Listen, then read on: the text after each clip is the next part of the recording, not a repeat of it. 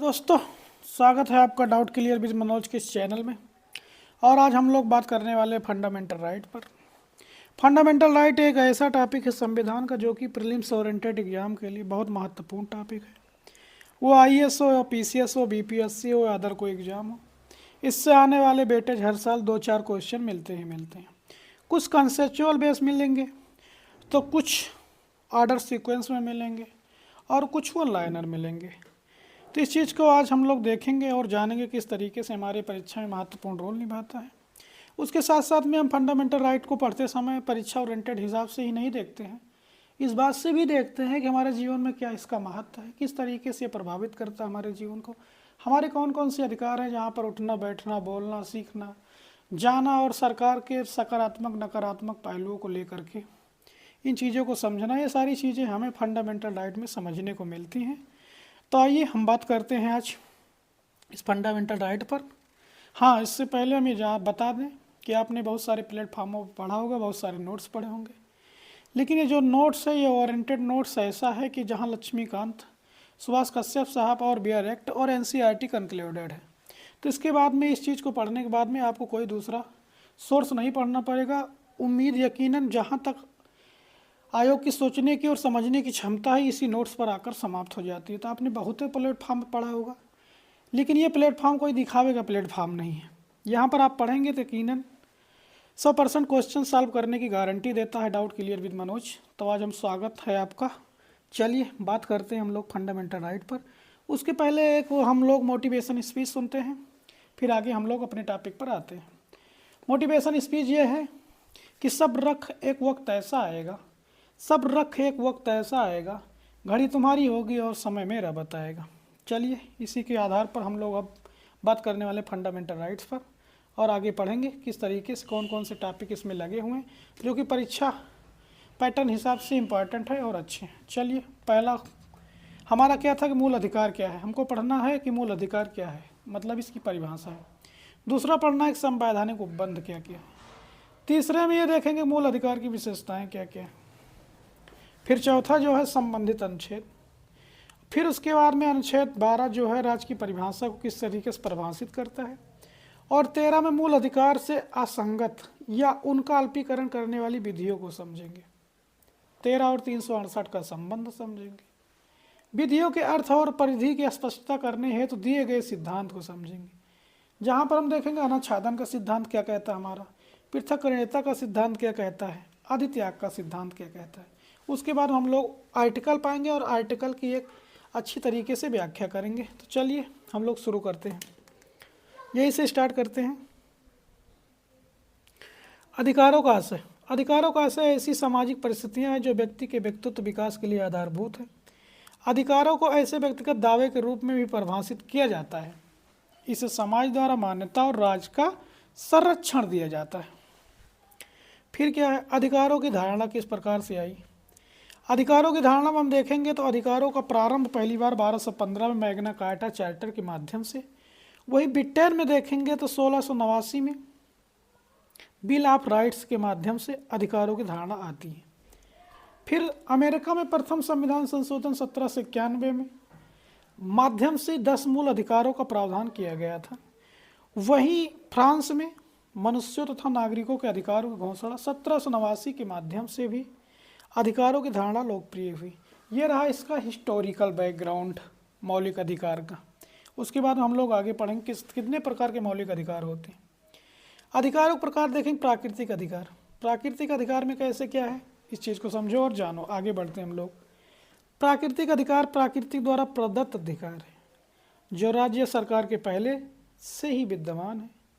प्राकृतिक अधिकार अनुल्लंघनीय अधिकार है, अर्थात राज्य द्वारा इनका अतिक्रमण नहीं किया जा सकता। प्राकृतिक अधिकारों में जीवन स्वतंत्रता और संपत्ति का अधिकार शामिल है। प्राकृतिक अधिकार को सार्वभौमिक अधिकार भी होते हैं। आगे हम लोग पढ़ेंगे। वैधानिक अधिकार। वैधानिक अधिकार राज्य की विधियों के माध्यम से ही राज्य के द्वारा दिए जाते हैं, मतलब राज्य के द्वारा किए जाते हैं। अधिकारों का विकास निम्नलिखित रूपों में हुआ। पहला देखते हैं नागरिक राजनीतिक अधिकार।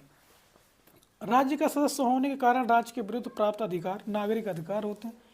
जबकि राजनीतिक गतिविधियों में सहभागिता का अधिकार राजनीतिक अधिकार है, जैसे वाक और अभिव्यक्ति की स्वतंत्रता, मुक्त आवागमन की स्वतंत्रता, मत देने का अधिकार।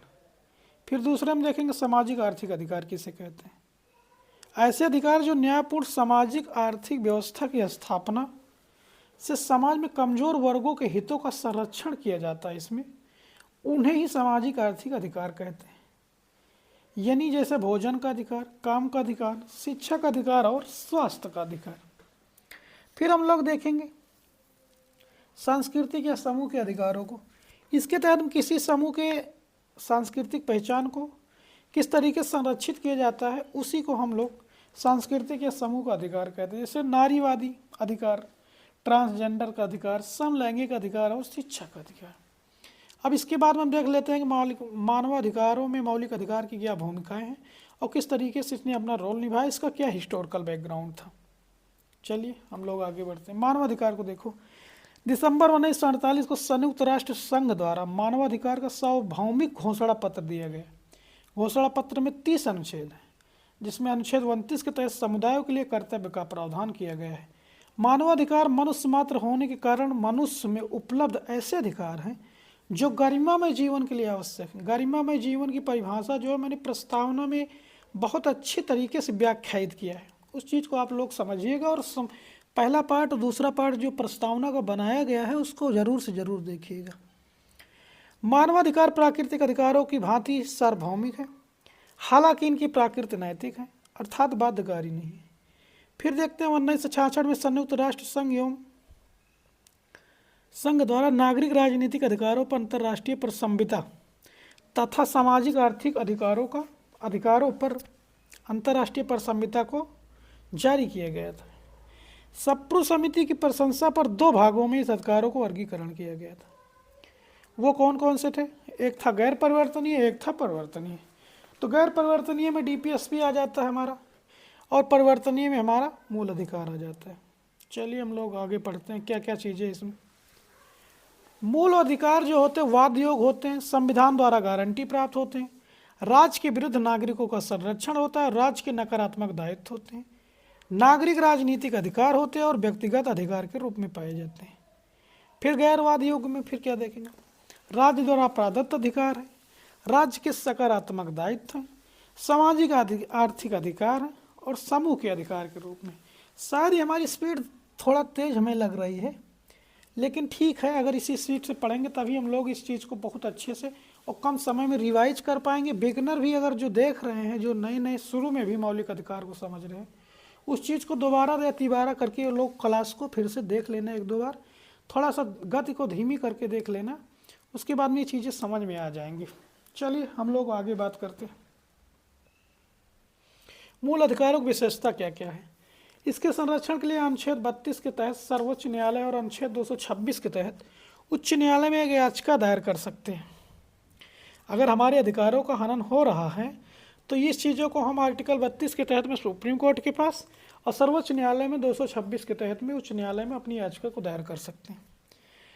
और मूल अधिकार निरपेक्ष या आत्यंतिक अधिकार नहीं है, बल्कि सीमित अधिकार है, अर्थात इन पर युक्त प्रतिबंध किए जा सकते हैं या आरोपित किए जा सकते हैं। फिर देखेंगे व्यक्तिगत सामाजिक हितों के मध्य सामंजस्य स्थापित करने के लिए आवश्यक होते हैं। हालांकि अनुच्छेद 17 के तहत अपिस्तता का अंत एक निरपेक्ष अधिकार है।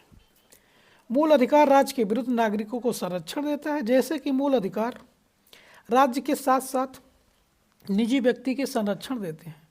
जैसे अनुच्छेद 15(2) में देखो और 17 में देखो और 24 में देखो। हाल ही में कौशर किशोर बनाम उत्तर प्रदेश राज्यवाद में सर्वोच्च न्यायालय ने निर्णय दिया कि अनुच्छेद 19 और 21 के अधीन मूल अधिकारों का भी निजी व्यक्तियों के विरुद्ध परिवर्तनीय बनाया जा सकता है। इस चीज़ को मोस्ट इम्पॉर्टेंट थोड़ा सा अपन लोग अंडरलाइन कर लीजिएगा भाई। यहाँ से ये सब जब केस आया करें, सुप्रीम कोर्ट के जो भी फैसले आते हैं तो वो एग्जाम के लिए बहुत महत्वपूर्ण हो जाते हैं, तो उनको पढ़ना इंपॉर्टेंट भी हो जाता है और अंडरलाइन भी कर लिया करिए। चलिए आगे बढ़ते हम लोग। समानता मूल अधिकार नागरिक और गैर नागरिकों को प्राप्त हैं, अर्थात मूल अधिकार की प्रकृति कॉस्मोपॉलिटन है। हालांकि कुछ मूल अधिकार केवल नागरिकों को प्राप्त हैं, जैसे 15, 16, 19, 29 और 30। इसको आप लोग रट्टाफिकेशन के तौर पे रखिएगा, क्योंकि ये कंसेप्चुअल बेस भी क्वेश्चन यहाँ से बनते हैं। उसके बाद में पीसीएस में आपसी थोड़ा 2024 का भी उठाकर देखिए, आप किसने भी वर्ष देखिए, ये समथिंग समथिंग क्वेश्चन मिल ही जाते हैं। तो इसको थोड़ा सा आप लोग अंडरलाइन कर लीजिएगा, फिर हम लोग आगे बढ़ते हैं। कुछ मूल अधिकार नकारात्मक प्रकृति के हैं और कुछ सकारात्मक प्रकृति के हैं। वो कैसे हैं, आगे भी बढ़ते हैं, हम लोग देखते हैं। नकारात्मक प्रकृति के मूल अधिकार राज्य की शक्ति पर सीमा आरोपित करते हैं, राज्य द्वारा भेदभाव न करना। नकारात्मक प्रकृति के अधिकार को राज्य को कमजोर वर्गों के लिए विशेष प्रावधान करने के लिए प्रेरित करते हैं, जैसे राज्य द्वारा महिलाओं और बच्चों के लिए विशेष प्रावधान या आरक्षण के लिए प्रावधान। आपातकाल के दौरान इस चीज़ को बहुत अच्छे से समझिएगा। और वो 20 और 21 यानी 20 और 21 अतिरिक्त अन्य सभी अधिकार निलंबित किए जा सकते हैं। इस चीज़ को आपको देखने को मिलेगा। अगर हिस्टोरिकल बैकग्राउंड में जाएंगे तो आपातकालीन सत्र को देखिए आप। आपातकाल जब भारत में लगा था 1971 की इमरजेंसी में, तब इस चीज़ को आप अच्छे से समझ पाएंगे। और आगे बढ़ते हम लोग देखते हैं भारत के मूल अधिकारों के संबंध में अधित्याग का सिद्धांत प्रचलित नहीं है। अमेरिका में धारणा प्रचलित है जहां व्यक्ति स्वेच्छा से अपने मूल अधिकारों को त्याग कर सकता है। भारत में मूल अधिकारों की धारणा अमेरिका के बिल ऑफ राइट्स से प्रेरित है। साथ ही फ्रांस में प्रचलित है। मनुष्यों द्वारा नागरिकों के अधिकारों की घोषणा का प्रभाव भी इस पर है, यानी मानवाधिकार के सार्वभौमिक घोषणा पत्र का भी प्रभाव इस पर पड़ता है। चलिए हम लोग आगे बढ़ते हैं और समझते हैं। मूल संविधान में मूल अधिकारों का उल्लेख किया गया था, लेकिन 44वें संविधान संशोधन 1978 के द्वारा संपत्ति के अधिकार को समाप्त कर लिया गया। इस सब चीज़ों को अंडरलाइन करते रहिएगा। ये पूरे मौलिक अधिकार जो हैं, ये हर एक टॉपिक, हर एक शब्द, हर एक अनुच्छेद इम्पॉर्टेंट है। कब आयोग कौन सा क्वेश्चन किस बेस पर उठाकर पूछ ले, कोई पता नहीं होता। इसलिए भाई मौलिक अधिकार में हर एक टॉपिक ही इम्पॉर्टेंट है, इसमें कोई मोस्ट इम्पॉर्टेंट टॉपिक लगाने की ज़रूरत ही नहीं है। चलिए हम लोग आगे बात करते हैं। संविधान वर्तमान में निम्नलिखित मूल अधिकार हैं। समानता का अधिकार 14 से 18, स्वतंत्रता का अधिकार 19 से 22, संरक्षण के विरुद्ध अधिकार 23 से 24, धार्मिक स्वतंत्रता का अधिकार 25 से 28, सांस्कृतिक शैक्षणिक अधिकार 29 से 30। फिर छठवां जो है संवैधानिक उपचारों का अधिकार अनुच्छेद 32। अब हम लोग आज यहीं तक देखते हैं। इसके बाद में हम लोग अगला वीडियो जब लाएंगे तो उस पर इस बातों का चर्चा करेंगे। यहाँ से हम लोग अनुच्छेदों को पढ़ेंगे और समझेंगे और अच्छे तरीके से व्याख्यात करेंगे। उसके लिए आप लोग यहीं तक रिवीजन करिए, उसके बाद में हम लोग आगे मिलते हैं। चलते हैं, बहुत बहुत धन्यवाद। अगर जिसने लाइक सब्सक्राइब शेयर नहीं किया है, कृपया आप लोगों से निवेदन है कि मेरा ये जो चैनल है, आपका भी चैनल है, इसको लाइक सब्सक्राइब शेयर ज़रूर करें। मिलते हैं फिर अगले क्लास में। बहुत बहुत धन्यवाद आपका। Thank you.